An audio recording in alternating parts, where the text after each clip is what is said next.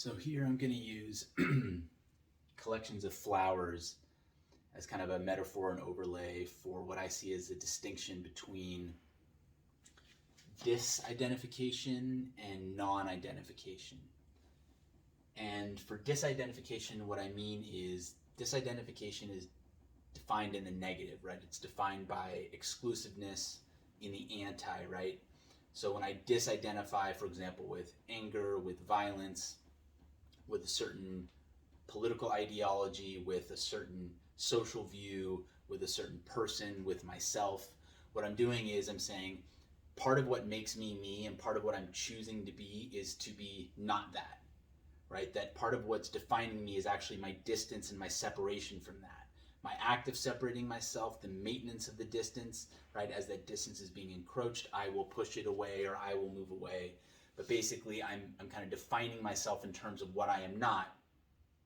And, by extension, essentially saying that what is not is essentially kind of not worthy of me, not good enough for me. And so the yin yang can be a symbol for that. Essentially what we do is we take those qualities or those aspects of ourselves, of reality that we don't like, and we kind of dump them into that shadow where we can basically kind of ignore them, deny them, pretend they don't even exist.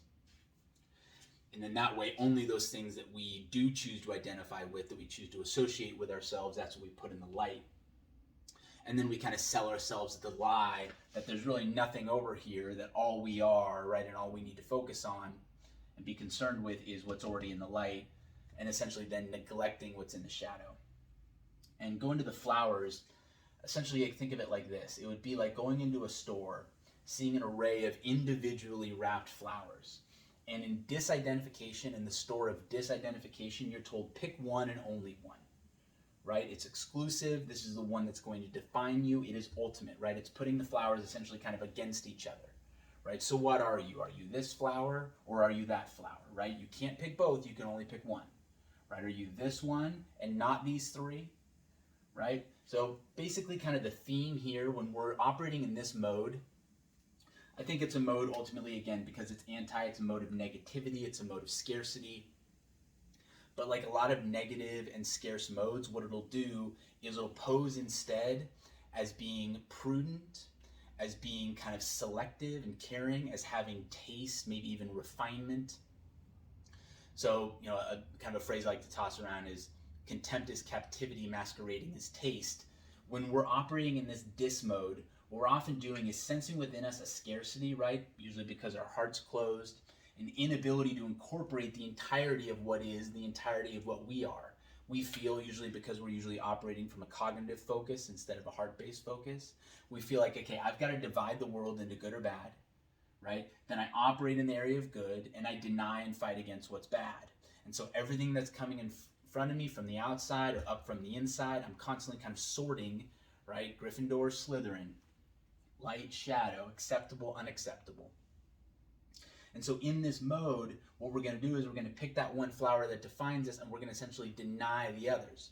And we may fixate on this single flower, maybe build our entire sense of self or identity around this one flower. And again, for different people, it's different things. It could be a career, it could be a political identity, it could be a role within a family, right, as the parent or the child or the brother or the sister. It could be friend, it could be partying, right, any number of things. The key here is that we're fixating on one thing, right, kind of canceling out the others or putting the others out of view.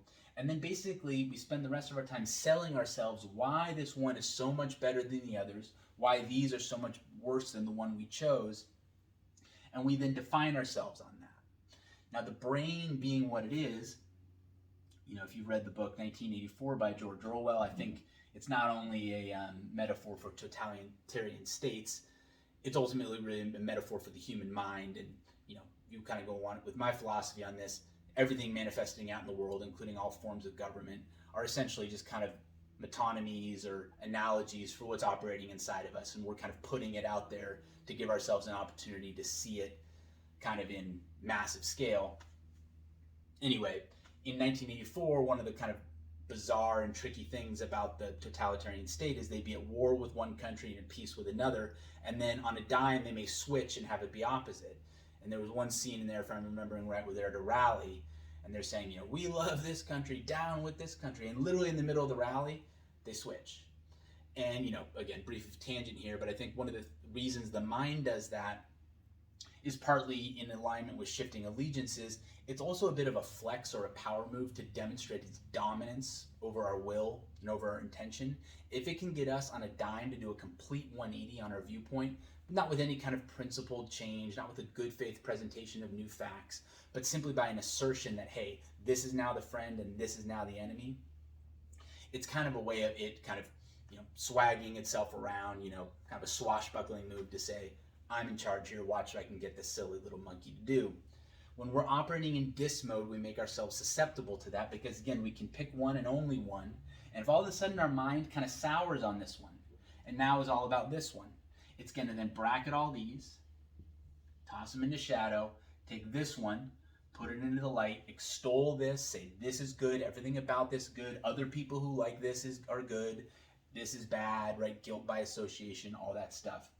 That whole dynamic is growing out of the scarcity mindset because, again, cognitively, we cannot appreciate simultaneously the beauty of all these things. The mind tends to kind of chunk and isolate piece by piece. And so because the mind feels overwhelmed by the complexity and the vastness and the variety of what is, it instead creates this much simpler model for itself and funnels everything through this program and forces the world, to conform to this as opposed to vice versa, right? This is why it's a form of really slavery and bondage that we're putting ourselves through.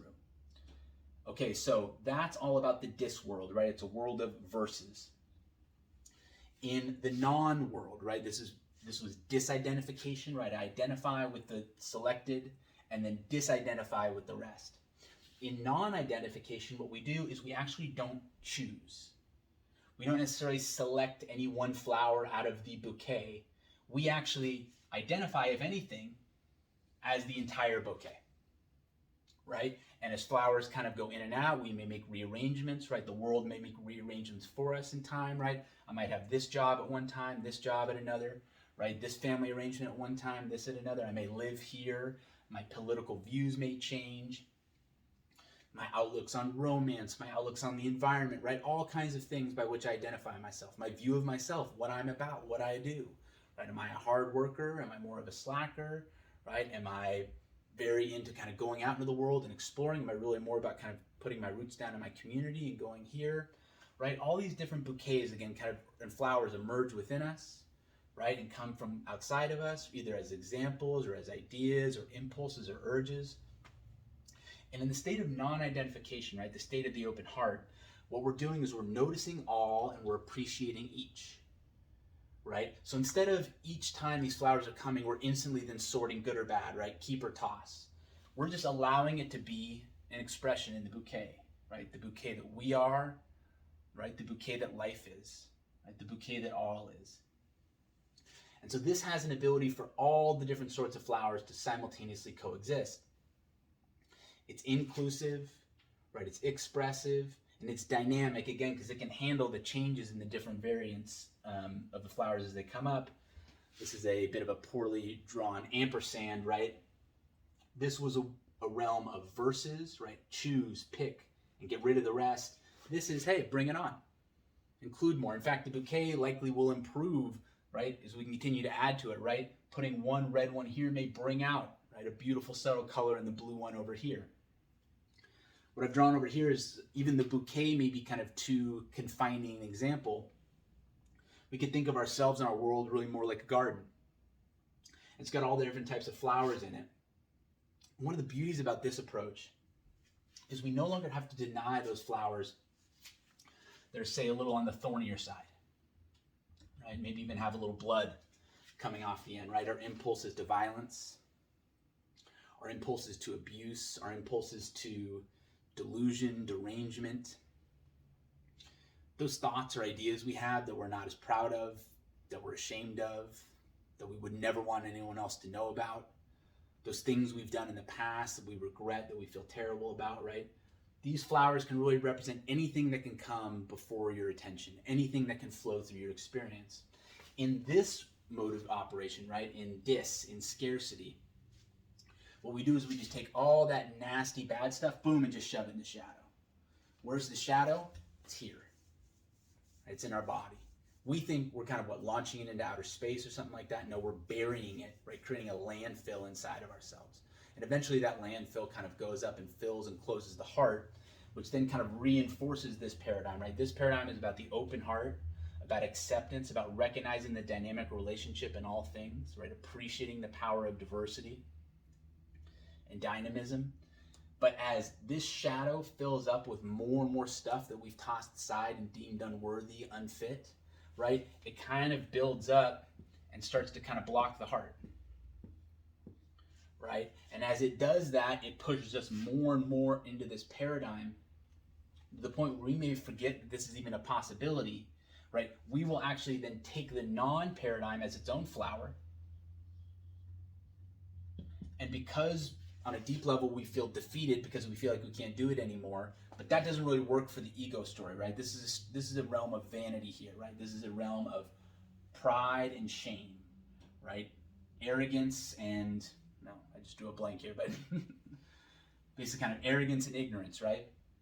Of extreme polarization, where what we do is we say it's either good or it's bad. There's no gradient in between, and there's no opportunity for there to be a sum of the parts that's greater than the whole, right? We've got to divide, right? Split, purify, quarantine, right? And so it'll take even this paradigm and this memory of this paradigm operating in non-identification. Maybe it's something we feel when we're around our close friends or our family, when we get into our happy place, we get into nature.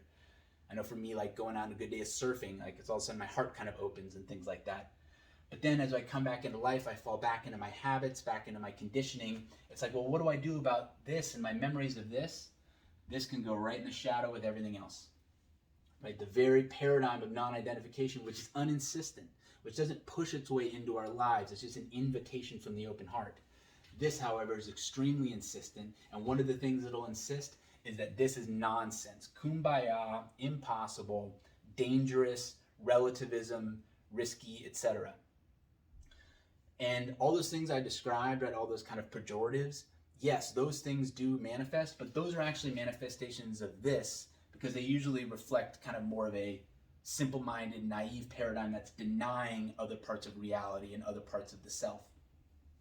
From this state, what I think you get is a more natural and fuller expression of who and what we are, which, you know, based on the inherent qualities of the human heart, and I kind of lean on Buddhism for this, the qualities of equanimity, loving kindness, compassion. What's my fourth one here? Equanimity, loving kindness, compassion, and sympathetic joy. That those aren't things that we have to like work really hard to do and get up every morning and like drill ourselves on it. That's actually naturally what we do when the heart is open. Those are the virtues that effortlessly, right, and organically flow in, through, and from us, right, as we operate from an open heart, from our natural state. And I think maybe we can see examples of this in kids, right? Not that kids are in any way perfect and angels all the time, but they do, I think, have an easier way, especially when they can connect with each other in a safe place, in a fun place, in an area of play. You could just see them collaborating and sharing much more easily, I think, than for adults. Although, you know, if we get a little social lubricant chemically and stuff like that, you can see the beginnings of that too. This is a place of celebration. This is a place of recognition. This is a place of appreciation. And again, it's not something that's done where after we, you know, work out, you know, it's not like a fitness or something that we necessarily even need to like strive and work really hard to maintain and white knuckle it. Yes, I think from our conditioning, it takes some practice to get back there. But once this is open and once this is flowing, and I think, by the way, that this is where we're moving as individuals and as species is, you know, we've done some time experimenting in this. We've gotten maybe what we need out of it. Now we're going to move back more into our fuller potential and really our more natural state, which is this state, right? The state of the bouquet, the state of the garden. And as I was saying here, you know, as we go in, if we have this approach, right, we're noticing all and appreciating each, then we don't need to be afraid to spend time looking at those aspects of ourselves and of our world, right, and of the people we love that are in some ways perhaps frustrating to us, right? Like I mentioned before, those areas around violence, right, around abuse, around ignorance, around bigotry, around misunderstanding, things like that. I think what we can do in this space, right, is safely appreciate those things. And that doesn't mean we equalize them. It doesn't mean we pretend like oh, there's no difference, right? Bigotry is the same as acceptance, right? We don't falsely create those equivalences. But what we do is we appreciate the origins of bigotry, right? Using this example, where it comes from, what it involves, what it manifests, what it reflects about the individual. And how bigotry, even though that may be what this person is projecting out into the world right now, isn't their only flower in the garden, right? Just as whatever flower in our garden that we may be ashamed of or be struggling with isn't the only flower, right? There's a lot more to the story than that. And the more we can have that attitude and approach toward ourselves, toward our world, and toward others, it's just so much easier to be happy, and it's so much easier to be at peace, and it's so much easier to appreciate what's happening and what's occurring, right? And when difficulties arise, when conflicts arise, if this is the attitude with which we approach it, it's going to be much easier to reach a place of mutual understanding, or at least to maintain peacefulness, as opposed to in this state. Because if someone's coming here and they're acting, right, or demonstrating a flower that we've shoved in our shadow, we take that as an insult or an attack or even maybe an act of war, right? Because, and again, briefly on this, if I've taken, for example, this flower, say this is a flower of, a certain political view or something like that, and I've said, no, political view X, wrong, bad, I want nothing to do with it, I think people who hold it are stupid or evil or wrong, and I shove it into the shadow. Well, when I encounter someone who's holding that flower, what's happening inside of me is that flower, that same ideology, it didn't go away. I didn't destroy it, I didn't crush it, right? I didn't vaporize it, I didn't charm it into going away. It's still sitting in my shadow, right? It's still in my heart just like it's in the other person's heart. But whereas they have it out in the light, right? Mine is in my shadow. Well, when I see them holding it, the one in my shadow starts singing out for freedom, right? It's saying, hey, I see you. I'm like you. I get you. We're the same, right? But because it's happening from my shadow, I, from my light, see it like a howling, right, from a dark forest, right? It's like those yellow eyes in the cartoons, blinking in the dark woods at night. Because I've shoved it in shadow, it is now a place for me that is forbidden, that is unsafe. Anything that's in there is wrong, terrible, unacceptable, must be crushed, must be repressed, must be held back. And so I think that's why we're seeing so much agitation and frustration when we engage the other, right? Especially when they're our opponent, right, on the other side of an issue from us. It's because their attitude, their view is literally inside of us. But because we've shoved it into shadow, it's essentially kind of in a cell or in solitary. And as it sings out, as it cries out, this wall of our repression, right, this wall of our division reacts basically by reinforcing the oppression. It kind of shoves it back into its cell, locks the key, maybe throws a cold bucket of water on it. But of course, we're not privy to that, right? We don't experience our inner repression that way. We're kind of re-crushing that flower back into the shadow. We actually then trick ourselves and think, oh, you're the person who pissed me off. The reason I'm pissed off is because you brought this odious idea into my presence, as opposed to realizing the truth, which is that person's presence in my life with that view is an invitation for me to recognize where in the shadow of my heart I've buried that same view, right? And instead of redirecting my contempt outward toward this person, right, distancing myself from this person, telling myself stories about this person, it's actually an invitation for me to go inside, recognize what I've put in the shadow. And it doesn't mean I need to take the ideology out and now I believe it, right? I don't do that 180 where I say, okay, now I believe that view. But I can at least respect the fact that that view, which this person is holding, is a view, a potential view existing in me. And if I take these potential views and the way I maintain my view is by denying them, denying that they even exist in me, denying that it's even a considerable option for me, then A, I'm lying to myself, and B, I'm setting myself up for this inside-out trick where instead of recognizing the potential inside to heal and to bring something out of the shadow, I act out of my shadow and attack the other person, either literally or just in the shadow of my mind, where I, mutter things under my breath or, text my friend later and, we kind of have a little hate commiseration party about what a silly or stupid thing this person did or these group of people did and stuff like that. And so I think we see a lot of this in our media today, in our political culture today.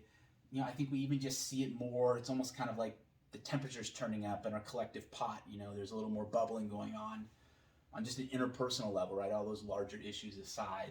And for me, that's an indication that we as a collective are operating very intensely out of this dis state. And it's really an invitation, right? So kind of the upshot of the teaching here is it's all about recognition.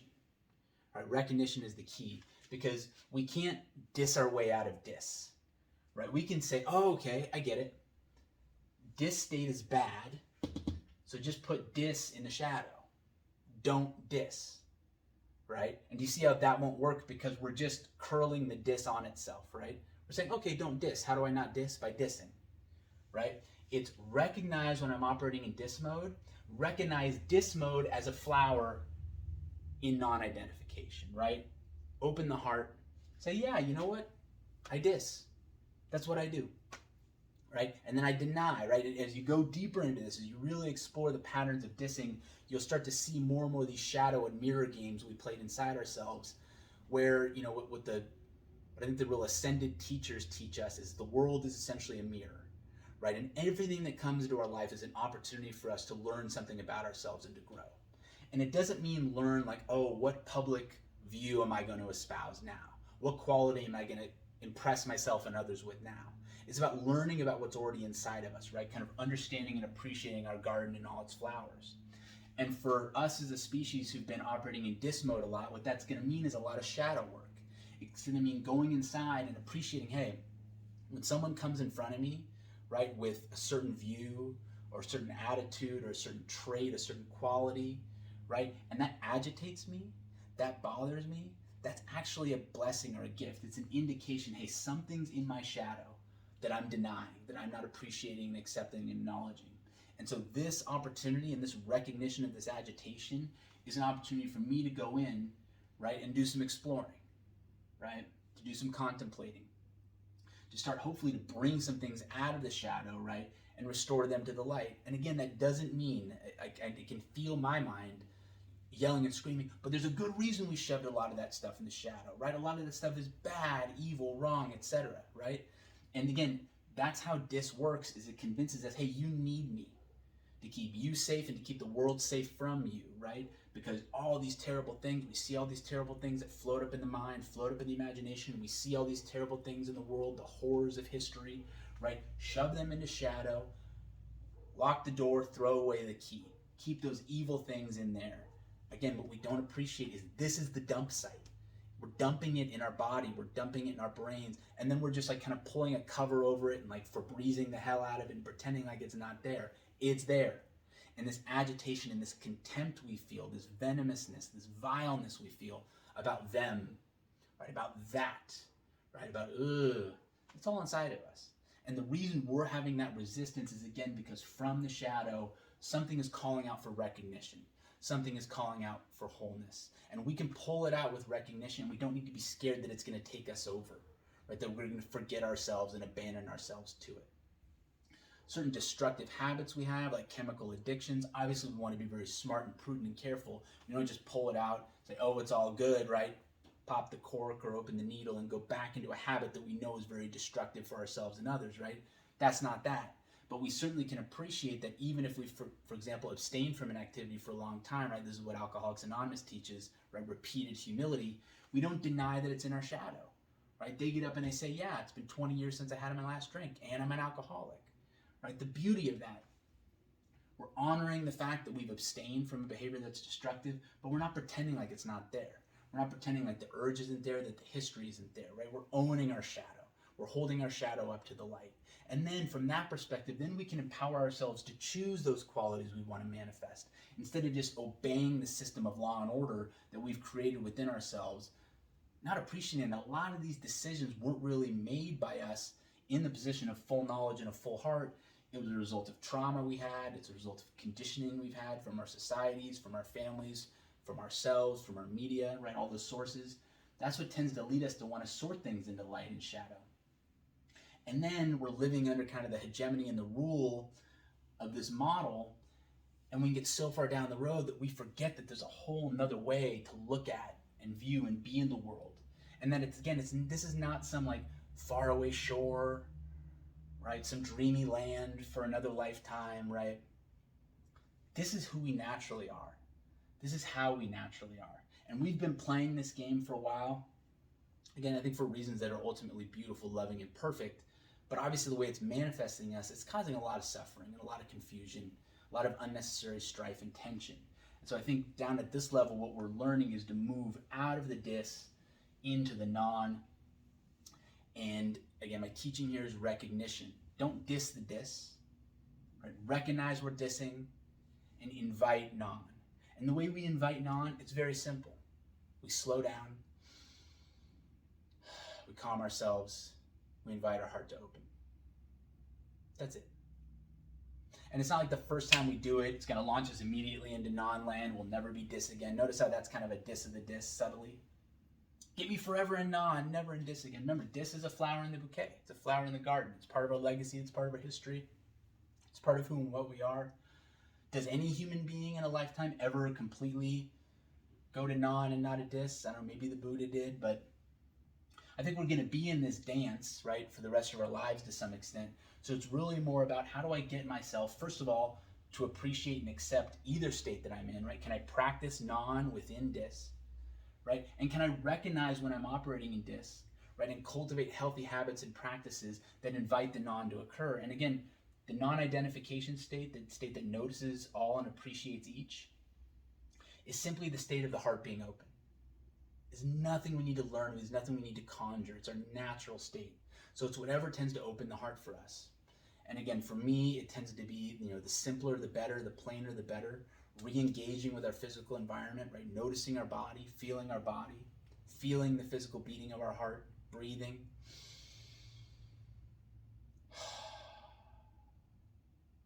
Right? Maybe briefly remembering a time where we felt at peace, when we felt relaxed, right? Recognize the dis state, gently cultivate the non state. Recognize the dis state, gently cultivate the non state. Recognize the non state, give thanks. Honor the dis state. Right? Recognize the dis state, cultivate the non state. Recognize the non state, give thanks. Honor the dis state. Do you see? This is the dance. Right? This is the dance. And as we make that dance a more and more natural, almost kind of reflexive, instinctive pattern in us, which like everything takes time, right? And especially when we're working against heavy conditioning in this zone, right? It's not something where we should expect instant or dramatic results. But with time, right, and with practice, we'll allow ourselves more and more to have that move, right? Recognizing dis, cultivating non. Recognizing non, gratitude and honoring dis. And as we do that, we'll see hearts open more and more. And I think, we talk about wanting to change the world. We talk about wanting to heal the world. Healing our economies, healing our environment, healing the divides within our society. And I think there's really a two-prong approach to this. One is the prong of activism in the moment. And that's extremely important. That, at least right now, is kind of not my focus, right? So what I'm trying to bring is kind of this other view, which is in addition to kind of going out into your world and trying to make the change you want to see, recognize ultimately that all the things we're seeing in the world, they're all manifestations of individual beings being confused, right? Being in this dis state and projecting their confusion and their frustration out into the world.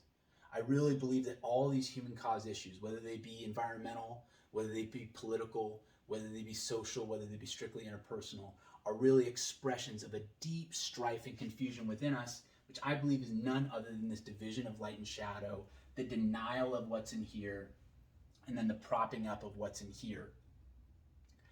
And I just believe on a deep level that there's no more powerful agent of change than the individual being recognizing this, right? Appreciating the benefit ultimately and the healing property of this, recognizing though the risk of then just essentially turning this attitude upon itself and trying to hurry to get into this state, and instead embracing that slow unfolding dance.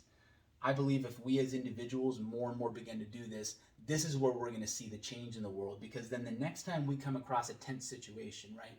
Perhaps we're in a situation where all of a sudden those political issues we've been talking about or those social issues are on plain display, right? People are fighting with each other or someone's trying to fight with us. If we're coming in with this state, we're either it's going to be fight or flight, right? Or freeze. We're going to shut down, we're going to avoid the situation, or we're going to lash out. right? And we do this a lot on our social media these days. It also, unfortunately, is happening in person. People are getting hurt. People are getting killed. But if this is the attitude we bring into it, right, then we're able to actually, in the moment, right, remember what's important, right, protect ourselves, right, honor our virtues, but there may be an opportunity here to make a real human connection across what seems like an impassable divide. An ability to connect, right, perhaps form a relationship, or if even a relationship doesn't form, at least have some love flow in between. And once that love and that trust are established, this is where people's minds can not change but mature, can grow, right? Parts of the other person's side can begin to be appreciated and respected in ways that weren't before, because we're not fighting across the divide of our own hearts. We're not pretending that something inside is outside like we're doing when we're doing this fighting game, right? When I'm shouting on my side of the barricade at you on your side of the barricade, right? If instead it's like, hey, I'm a person, you're a person. God, we both got a lot of inner turmoil going on. Here's how mine is kind of coming up. Here's what's above the surface for me. Here's what's below. Right? You've got what's above the surface for you and what's below. Do we really need to define ourselves, though, on kind of our what's above, what's below, what's in the light, what's in the shadow? Why are we still hung up on that? Why are we fixated on that? You're here and I'm here. Right? We're here together. Maybe this is an opportunity. And the opportunity, maybe we don't even exchange words. Maybe we just exchange a caring glance to each other, a respectful glance to each other. Think about sometimes what a difference that can make in life when, especially after a day of either kind of feeling alienated or feeling ignored, you just encounter someone with warm eyes, right? A gentle presence, and they acknowledge you, right? That can feel really good. When we're in this state, that's kind of naturally what we do. And you can see how that has a way, just as this has a way of kind of malignantly spreading around, right? Agitation kind of spawn agitation. The person carries it home, spawns agitation in their family, right? It wicks out. That virtuous cycle can also be manifested from here. And I think in addition to brave social work and activism people are doing right now to actually address these issues, especially in the climate one, for me is one where it's like, hey, can we wait for the world to be like this before we take action? Will it be too late? I don't know. What I'm saying is, I think the activism is perhaps necessary but not sufficient if we don't actually see a ground up change in essentially the attitudes we're bringing to situations. We're much more likely to simply repeat our old patterns than actually see paradigm shifts and deep, profound evolution in our approach to things, which is going to come from each individual being in their way and in their time, recognizing dis, cultivating non, recognizing non, giving gratitude, honoring dis.